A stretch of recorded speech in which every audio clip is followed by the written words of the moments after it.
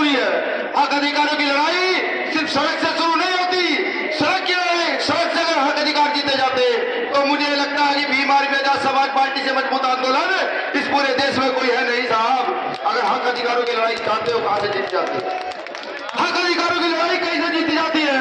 तो इस देश की संसद में बैठकर जीती जाती है। मैं कहता हूं यहाँ बैठे, मैं कहता हूं यहाँ आए सुरक्षा कर्मियों से भी कि आप लोग भी ध्यान रखें। होती है, मैं वादा तो नहीं करता कि वादे कर दूं नेताओं की तरह।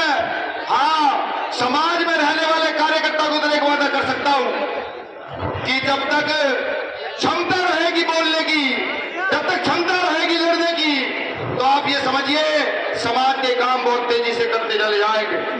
कुछ साथियों ने मुझे कल ही कहा कि नहीं, ये चुनाव है, इसमें धोखा मिल सकता है। इसके ऊपर यहाँ झूठे आरोप लगाए गए। तो इस भारत में अगर कोई बोलने वाला था तो सिर्फ एक ही नेता था जिसका नाम चंद्रशेखर आजाद है। मौलाना आजाद की शख्सियत पढ़ने का काम कीजिएगा। जब मौलाना आजाद को पढ़ेंगे तो पता लगेगा भारत की एक विशेष पर्सनैलिटी में मौलाना आजाद का नाम आता है। अपने कमरों में बैठकर ट्यूटर खेलते हैं, जिसको आपने आज तक कभी वोट नहीं दिया, वो आदमी आकर सड़क पर खड़ा होकर आपके लिए लड़ता है। मैं ये को याद कराओ। मैं ये कहता हूं, जिस प्रकार से मजदूर पूरे दिन मजदूरी करके शाम को अपने घर में दाल ले जाता है, आटा ले जाता है, नमक मिर्च लेके जाता है, उसी प्रकार से चंद्रशेखर आजाद भी पिछले 10 सालों से आपकी मजदूरी कर रहे हैं बहुजन समाज के लोग। बहुजन समाज के लोग कौन? वो शोषित है, जो वंचित है, जो पीड़ित है, जिनको दाढ़ी टोपी के नाम पर मारा जाता है, जिनको बाबा साहब अम्बेडकर के नाम पर मारा जाता है, वो सारा समाज शोषित वंचित है।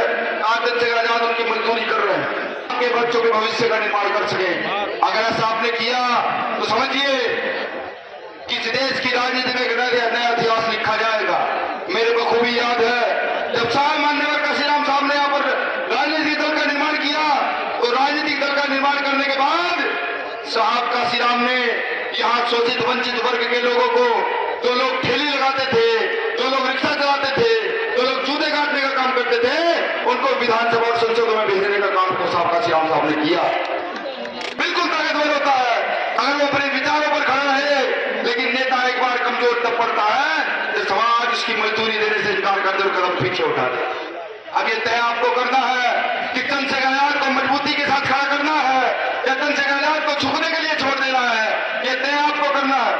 यह लड़ाई बहुत बड़े बड़े पैसे वालों से लड़ाई, यह लड़ाई सामंती व्यवस्था के लोगों से है। इस लड़ाई को समझिए कि अगर ये लड़ाई आज अपना समझे तो मुझे लगता है कि भारत में कभी ऐसा दिन नहीं आएगा जब कोई गरीब का बेटा खड़ा होकर अपने हक अधिकारों के लिए लड़ेगा। अगर आप ये सोचते हैं कि हर आदमी कार्यकर्ता आपके घर तक पहुंच जाएगा, चंद्रशेखर आजाद आपके घर तक पहुंच जाएंगे, तो मुझे लगता है ये नामुमकिन है।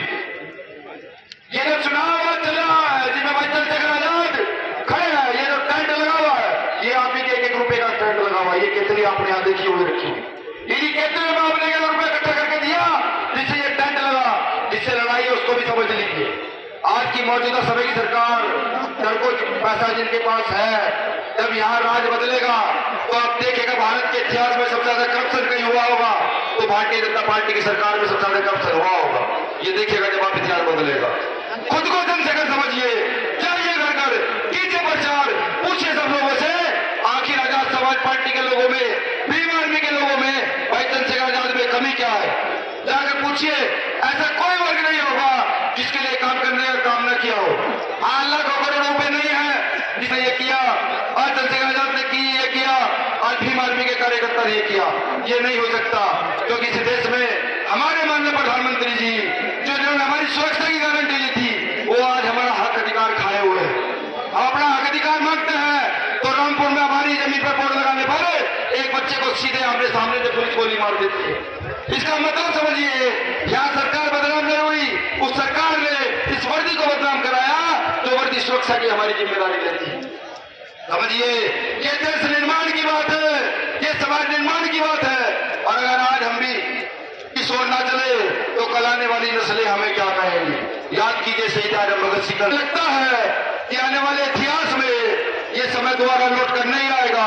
मेरा पुनः आपसे निवेदन है, वो मजदूरी देने का काम जरूर कीजिएगा जो रात को 12-1 बजे 2 बजे उठ करके भाई चंद्रशेखर आजाद समाज में बीच में पहुंचने का काम करते हैं, पुलिस पर डंडे खाने का काम करते हैं और अपने पैरों के नखून भी छिलवाने का काम करते हैं। आप सब लोगों ने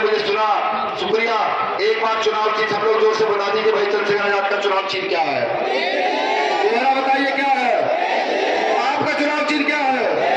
मेरा चुनाव चिन्ह क्या है? पार्टी का चुनाव चिन्ह क्या है? चंद लाइनों से अपनी बात खत्म करूंगा।